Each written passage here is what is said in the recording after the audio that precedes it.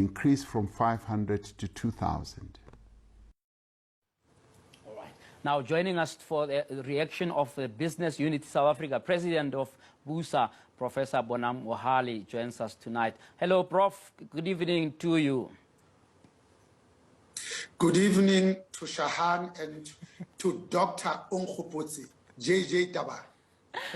I've not had a chance to say congratulations on your new appointment out at BUSA, but what do you make of what the president has done tonight, particularly when it comes to measures that would reopen the economy, so to speak? So I think we need to congratulate our president and give him our fullest support.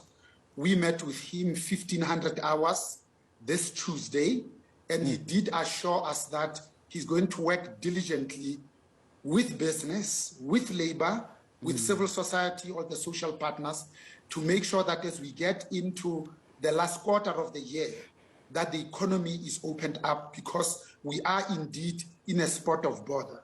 So let me start first from where the president ended.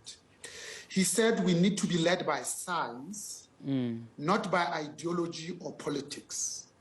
So I don't want our members in business not to have a full appreciation of how devastating the collective trauma we have all suffered as a result of the length, the duration, the depth, the width of this pandemic, and indeed the national lockdown. So two things. One, when you consider that the president made the announcement on the 23rd of March, gave us 4 days to say it will be effective from midnight, the 26th of March.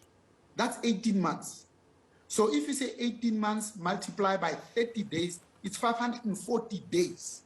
So by my last count, we have already been in national lockdown for more than 542 days. Yeah. Therefore, the health, the well-being, especially the mental well-being of our employees need to be absolutely uppermost. The second number, we are now celebrating the fact that 10 million South Africans are fully vaccinated. Let's go back to what the president set us as a herd immunity target of 67%.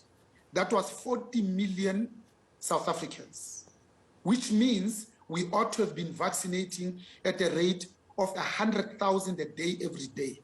If we did that, it would have taken us 400 days or 13.3 months, which means we're planning, agitating and orchestrating only to finish in 2022.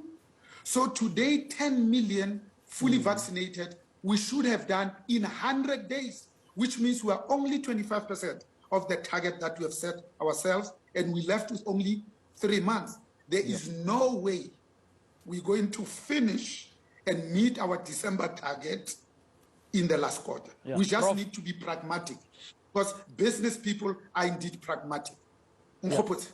Yeah, that pragmatism you're talking about, your fellow professors who've just spoken to us are casting a little bit of aspersion on the fact that the numbers were informed by science. Obviously, we need to balance between lives and livelihoods, but we don't want a situation where we now have to close the economy again because we have, in a sense, instigated the fourth wave before it could happen. Your view there, I mean, are you sympathetic to that view that the number seems a little bit suspect in the context of the elections that are upon us?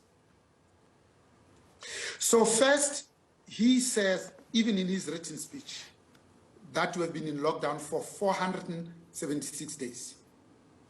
You see, to have 87,626 people already dead, I think it's absolutely catastrophic. So we need to know them by name to show that we put our people's lives before profits. I'm talking about business people. And I think government would want to do exactly the same thing.